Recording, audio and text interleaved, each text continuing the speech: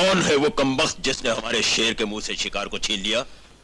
अगर मुझे उसका नाम और पता मालूम होता बड़े भैया, तो आज मेरे झुके हुए सर की बजाय उसका कटा हुआ सर आपके कदमों में होता। लेकिन तुमने अपने दुश्मन का कटा हुआ सर न लाकर हमारे गिरोह के सर को नीचा किया है, हमारी मान मर्यादा को मिटा दिया है। तुम्हें इस जुर्म की सजा मिलेगी। हमारे गिरोह के कानून सबके लिए एक जैसे हैं भूप सिंह। याद है जब गजराज सिंह ने ऐसी भूल की थी तो उसे अपने किए की सजा भुगतनी पड़ी थी, और जब महावीरा ने यही गलती की तो उसे भी मैंने मुआफ नहीं किया था।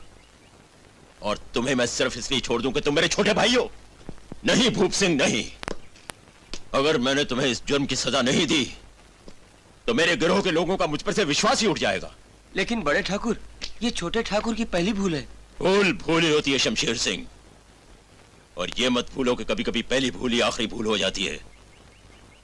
भूप सिंह को अपनी नाकामी की सजा भुगतनी पड़ेगी। मैं किसी सजा से नहीं डरता बड़े भैया। मुझे बस थोड़ी सी मोहलत चाहिए। भवानी माँ की कसम, मैं अपने दुश्मन का नामो निशान मिटा दूंगा।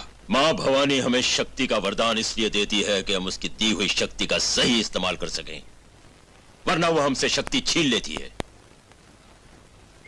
जो डाकू हथियार होते हुए उसका इस्तेमाल ठीक से न कर सके, उसे अपने पास हथियार रखने का कोई हक नहीं। बंदूक मुझे दे दो। नहीं बड़े भैया, मुझसे मेरी बंदूक मत छीनो। तुम तो जानते हो कि जब तक डाकू की बंदूक चलती है उसकी सांस चलती है। बंदूक के बिना डाकू मुर्दे से भी बदतर होता है।